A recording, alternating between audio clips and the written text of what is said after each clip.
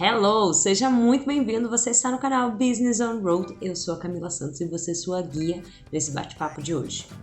Você já parou para pensar por que as pessoas mentem? Existe mentirinha e mentirão? Todo mundo mente? Homem mente mais que mulher? Quem mente mais? Se você nunca parou para pensar isso, ou já parou para pensar, mas não teve respostas, vem comigo que a gente vai falar sobre isso hoje aqui no canal.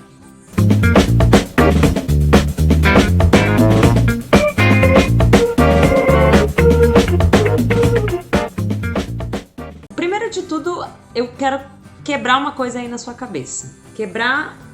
Se eu pudesse, eu quebrava fisicamente caso você responda não para essa pergunta.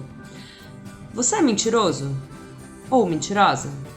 Se você disse não, você já está mentindo. Nós contamos diversas mentirinhas ao longo do dia, ao longo da vida, e isso existem pesquisas que comprovam. Nesse vídeo eu vou falar um pouquinho sobre essas pesquisas que comprovam, mas fato é que nós contamos uma média de 4 mentiras por dia. Essas 4 mentiras, às vezes a gente nem tem como mentir, a gente fala, É isso, mas isso não é mentira. Algo que não é uma verdade é uma mentira. Simples, né? Por exemplo, você encontra aquela pessoa nos corredores da empresa e você não viu nada de diferente nela, mas você fala, nossa, tá bonita, hein? Você diz isso porque você quer tornar o dia daquela pessoa mais agradável, você quer que o dia dela seja feliz, ou você quer começar uma conversa e não sabe muito bem como. É uma mentira. Outra mentira muito comum do nosso dia a dia, né? Ai, fulano, e aí, já leu aquele e-mail? O e-mail era gigante e você ficou com preguiça de responder. Você falou, mais tarde eu respondo. E você fala assim, putz, não li ainda, acredita? Mas você leu. Você só tava sem cabeça pra responder naquela hora.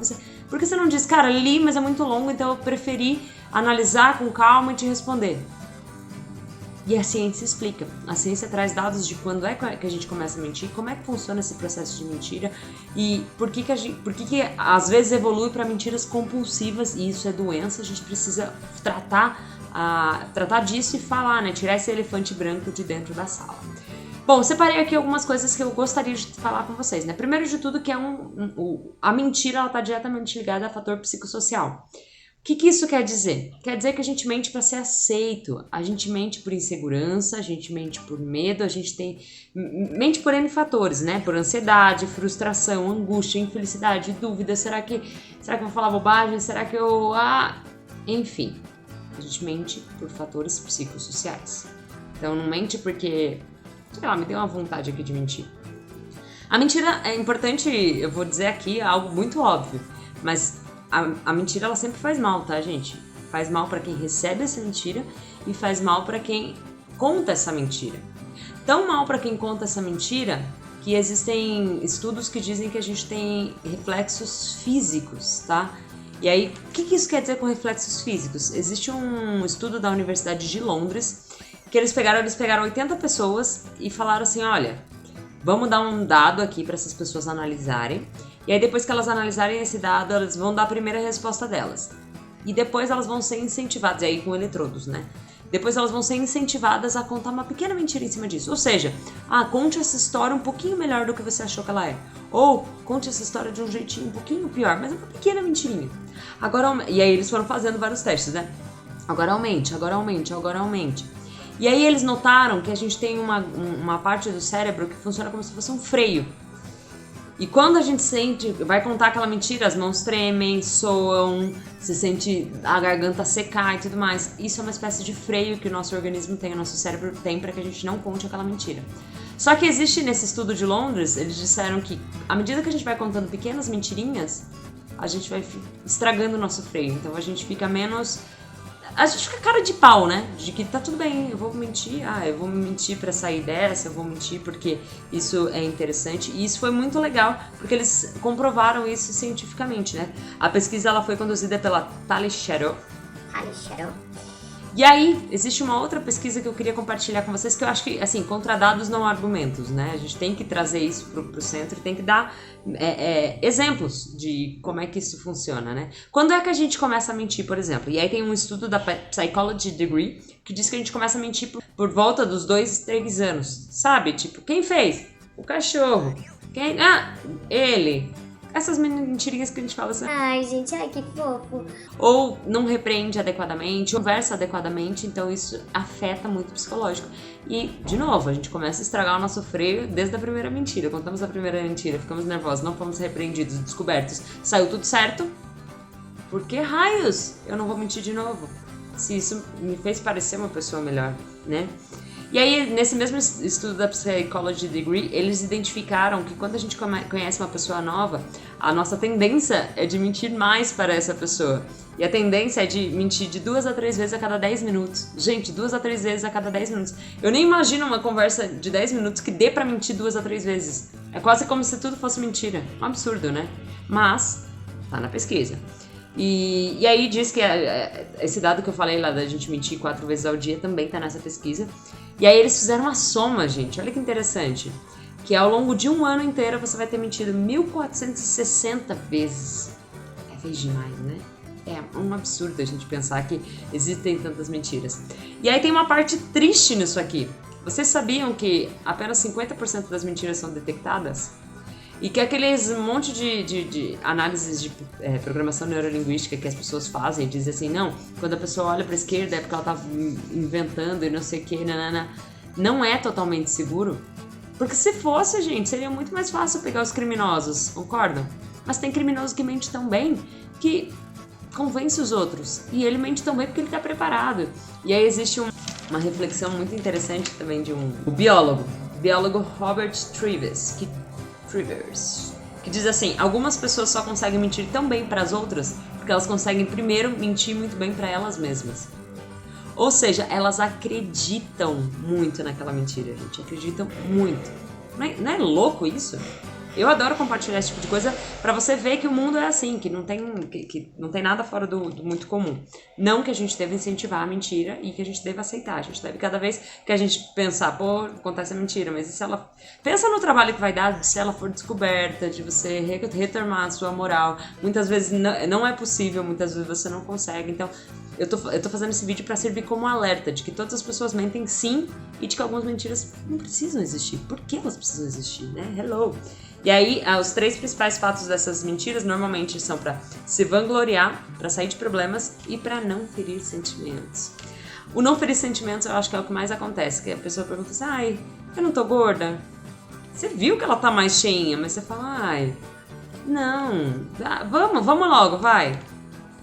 Não, esse não que você disse assim meio que sem prestar muita atenção foi uma mentira. E precisava, você podia... Óbvio que você não quer ferir o sentimento da pessoa, você diz assim, ai não, mas depois a gente treina e tá tudo bem. Depois a gente sai pra uma corridinha e tá tudo bem, amiga. Não, agora não vamos pensar nisso.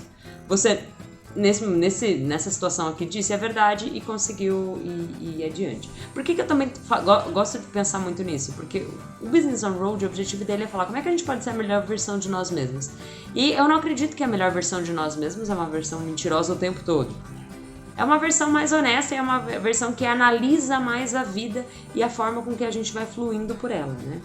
E aí tem alguns danos muito perigosos. Nessa pesquisa da Psychology Degree, eles trazem alguns danos que lá nos Estados Unidos eles conseguiram detectar que a mentira chegou assim, nível hard. Então, de 9 a 10 estudantes americanos trapaceiam em deveres de casa. Deveres de casa. Aqui no Brasil, gente, quantas vezes eu vi pessoas se orgulhando, falando assim, quem não cola não sai da escola. O nome do negócio é prova. Prova. Sabe por quê? Porque você vai provar o quanto você aprendeu. Se no final você colou do colega, você tá mentindo primeiro pra você mesmo. Porque você não tá provando o quanto você aprendeu, você tá provando o quanto o outro aprendeu. Pô, você já parou pra refletir nisso? O quão errado tá? Pois é, mas a gente faz. Isso acontece. A gente precisa refletir. E essas mentirinhas vão tornando a gente um mentiroso compulsivo. Mais de 15 milhões de americanos foram vítimas de roubo de identidade. Então sabe quando pegam seu RG, fazem falso, compram, roubam, matam, te procuram nas rodovias e tudo mais, porque alguém tá usando sua identidade falsa? Caramba. Mas para chegar até esse nível de mentira, o mentiroso contou várias outras mentirinhas antes. Então olha o perigo que isso é, né? E fora a infidelidade, que é comprovado que 57% dos homens e 54% das mulheres são em algum momento infiéis. Que droga, né?